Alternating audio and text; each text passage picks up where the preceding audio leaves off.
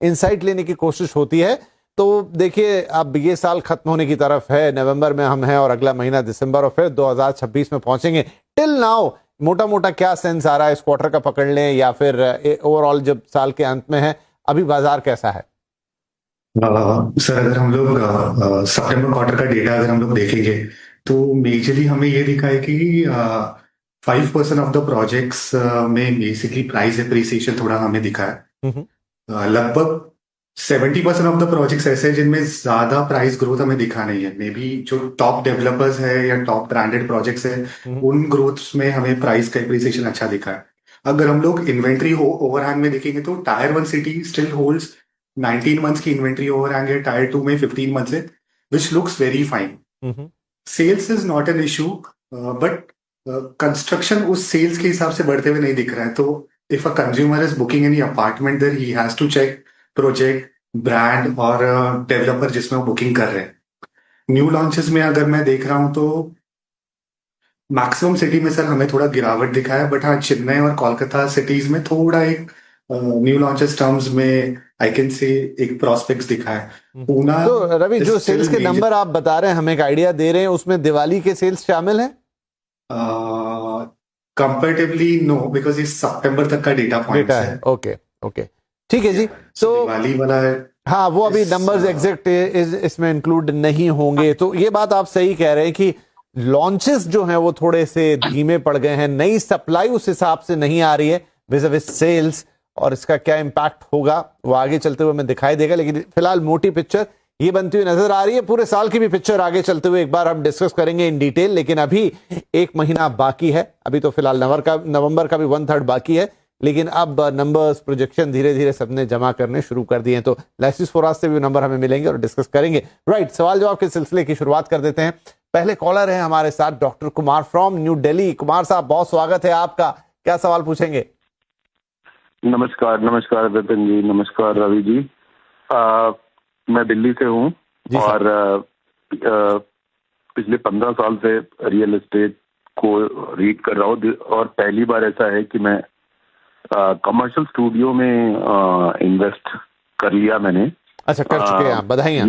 Okay, हाँ जी, thank you. इसका reason था कि वहाँ ये लोकेशन मुझे अच्छी लगी, निक्सन अल्फा, जो अल्फा 2 सेक्टर में है, ऑलरेडी डेवलप्ड सेक्टर है, सामने मेट्रो है। तो इसमें मैंने कमर्शियल स्टूडियो लिया है हायर फ्लोर पे, 600 स्क्वायर फीट, ओके, जिसका बीएसपी अराउंड 6,500 पड़ा है, लेकिन ये लैंडिंग मुझे टोटल अराउंड 10K की हो गई है। ओके, क्योंकि वहाँ स्कार्सिटी है कमर्शियल स्टूडियोज की और इसका पोजीशन 2028 में है।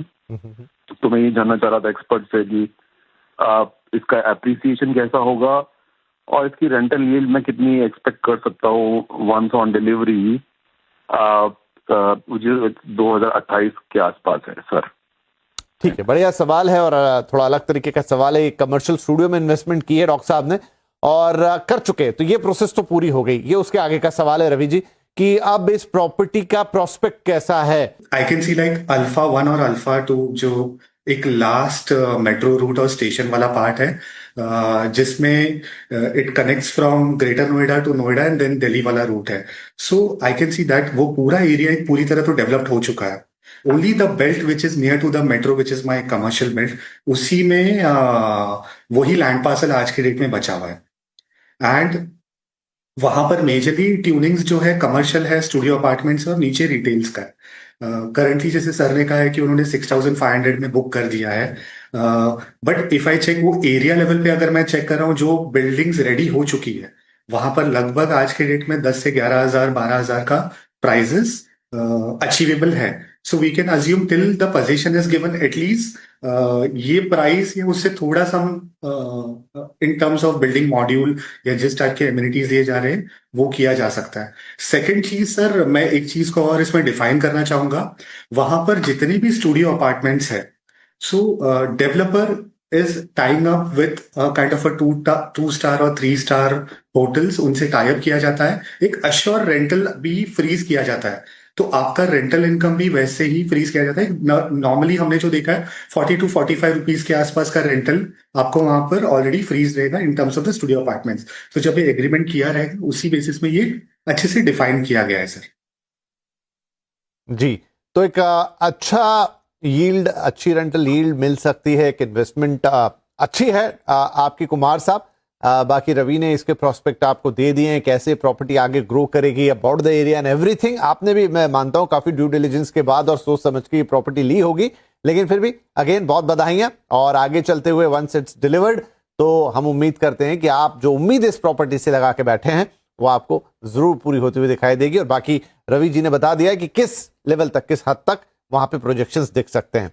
राइट, हम आगे बढ़ जाते हैं। हमारे अगले कॉलर हैं, एक ईमेल है इनफैक्ट हमारे पास, और ये है रजत सेठ साहब का, और ये आया हमारे पास जयपुर से। प्रोजेक्ट का नाम है भव्या ग्रीन जेनिथ, लोकेशन है जगतपुरा, 2 BHK है और 40 से 50 लाख के आसपास प्राइस रेंज दे दी इनको। पोजीशन मिल गया है, अब हर महीने 13,000 रुपए का किराया भी आ रहा है अगेन, लेकिन क्योंकि ये इन्वेस्टमेंट के पॉइंट ऑफ व्यू से खरीदा था तो आप पूछ रहे हैं कि बेचना सही होगा या फिर ये जो रेंट आ रहा है उसको 13,000 रुपए महीने का रेंट है, वो एक पर्याप्त रेंट है, इसे रखें या ना रखें। तो ये दुविधा अक्सर रवि हो जाती है लोगों में।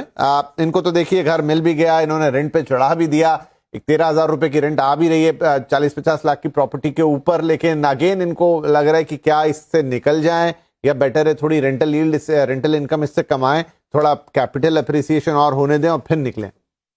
या सर, बेसिकली अगर हम वो जगतपुरा वाले एरिया पॉट्स में देखेंगे, सर जैसे बता रहे हैं कि 13 से 16,000 रुपए का करंट प्राइस वहां चल रहा है। मैं मार्केट फ्लो बताना चाहूंगा कि लास्ट 5 इयर्स में इस मार्केट इट वाज 3,500, आज ये लगभग 5,500-6,000 का एक एवरेज प्राइस चल रहा है। सो लगभग ये डबल हो चुका है उस मार्केट प्राइस में। हमारी जो प्रोजेक्ट है, प्रॉपर्टी है, which is very near by two Jagatpura metro station भी आप ले लीजिए या एयरपोर्ट ले लीजिए, which is very near by. अब वो जो बेल्ट है नीचे जो MIDC तक जा रहा है, रीसेंट सर्वे में हमें ये दिखा है सर कि ऑलमोस्ट रेसिडेंशियल से थोड़ा पार कमर्शियल का जो डेवलपमेंट है या प्रोजेक्ट्स वहां पर ऑनगोइंग हो रहा है वो कंपेरेटिवली ज्यादा है। जैसे बॉम्बे हॉस्पिटल्स में देख रहा हूँ कि हॉस्पिटल्स है और कुछ NIMS यूनिवर्सिटीज है, वहां पर ऑलरेडी इस्टेब्लिशमेंट हो चुका है। नीचे एक MIDC का फैक्टर हॉल है, तो मुझे ऐसा दिख रहा है, हमें ऐसा दिख रहा है कि रेंटल यील्ड और थोड़ा सा बेटर होगा, because sir limited residential stock और सप्लाई रह चुका है। और जो मेन रोड वाला जो प्रीमियम सेक्शंस है वहां पर हमें कमर्शियल डेवलपमेंट्स बहुत ज्यादा दिख रहा है। शिफ्ट एक सिटी का शिफ्ट पार्ट है जो हमें इस रीजन में लेके आ रहा है। तो हम ऐसा देख रहे हैं कि हमें प्रॉपर्टी रखना चाहिए। प्राइस ऑलमोस्ट डबल हो चुका है। हम देख रहे हैं कि और एक एवरेजली 5 to 7% हो सका, 8% के आसपास ग्रोथ हमें और दिखेगा। और रेंटल यील्ड में मुझे दिख रहा है कि काफी इंप्रूवमेंट दिखेगी because of this 3 transformation. One is my commercial growth जो वहां ज्यादा दिख रहा है, सेकेंड पार्ट है हॉस्पिटल्स है या in terms of MIDC regions related जो इंट्रैक्टिबिलिटी बढ़ेगी, उस पैरामीटर से हमें दिख रहा है रेंटल यील्ड को ज्यादा प्रॉस्पेक्ट्स और देखेंगे। राइट, तो जगतपुरा वैसे भी one of the talked about या सॉर्टेड इलाकों में से एक है।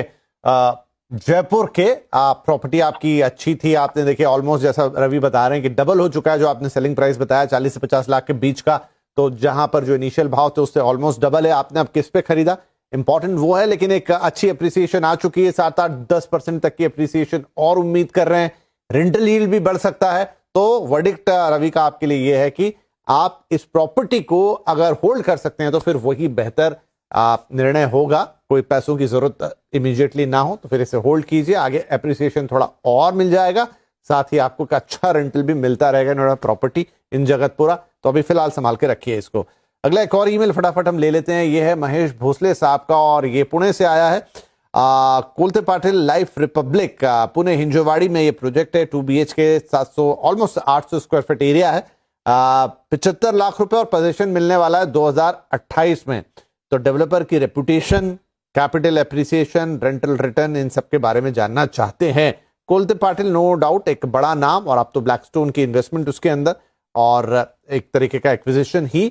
लेकिन इस पर्टिकुलर प्रोजेक्ट की बात करें रवि, तो कोलते पाटिल लाइफ रिपब्लिक इन हिंजेवाड़ी पुणे, प्राइस पॉइंट के हिसाब से, बाकी चीजों के हिसाब से कैसा लग रहा है, कितना कैपिटल एप्रिसिएशन इसमें मिल सकता है, रेंटल भी जानना चाहते हैं।